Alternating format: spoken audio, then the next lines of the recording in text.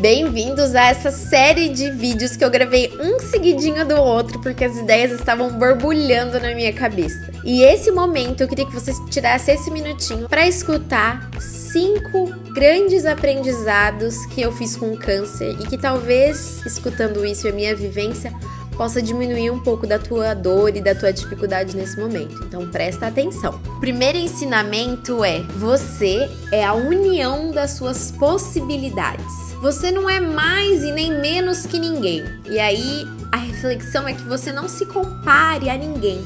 Porque eu vi as pessoas passando por tanta coisa e sempre com um sorriso no rosto e eu não conseguia ser daquela forma. Então eu fiquei pensando, né? Quem eu sou no final das contas, né? São pensamentos muito filosóficos que a gente faz durante a doença.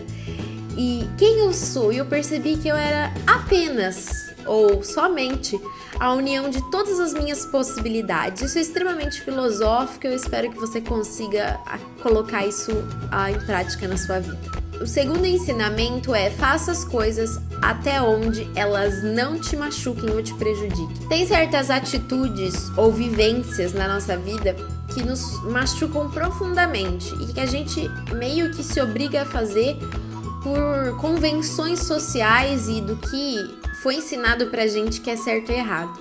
Só que depois do câncer, como a gente ressignifica muitas coisas, os conceitos de certo e errado eles passam por modificações atrozes. Então, pensando nisso, eu criei essa frase também.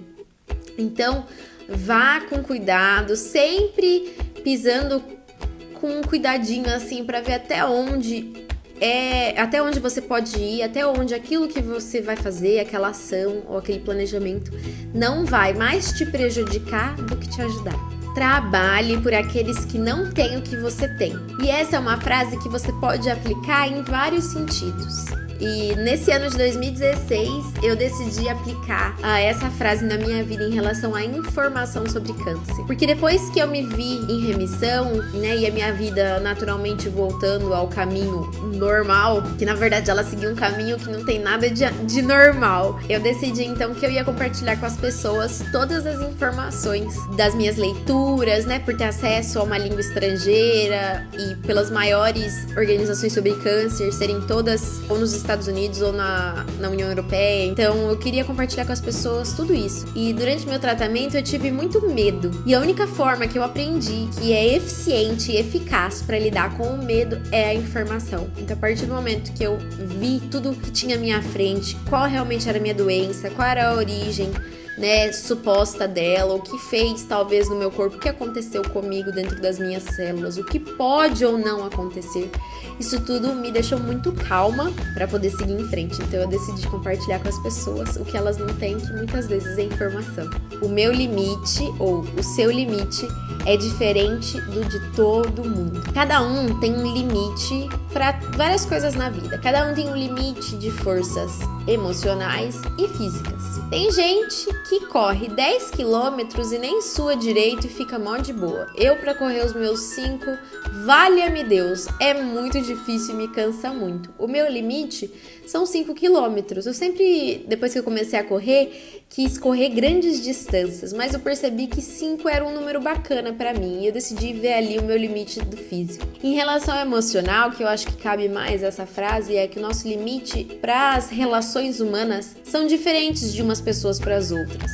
Já se pegou numa situação que você olhou para a vida de alguém, para uma vivência e falou: eu jamais aguentaria o que essa pessoa aguenta? E então os nossos limites são tão pessoais e eu vivo tão bem com a doença e com as pessoas que estão com a doença ainda ativa e vivem tão bem com ela. São altos e baixos, mas a gente vive tão bem com elas, então o limite dele é diferente do meu e assim a gente vai vivendo.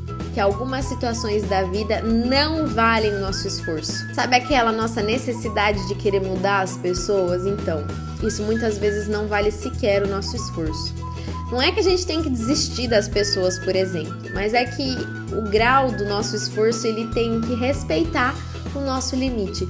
E muitas vezes o nosso limite não é o suficiente para persistir, tanto em relação a relações humanas, quanto em coisas da vida. Eu, por exemplo, já consegui aceitar que eu nunca vou ser uma pesquisadora brilhante, mas que eu tenho certeza que com trabalho de um grande esforço, né, feito com esforço, tentando lidar no limite do cérebro menopáusico e esquecido que me encontro, que eu vou ser capaz de acrescentar alguma coisa para minha área de pesquisa, por exemplo.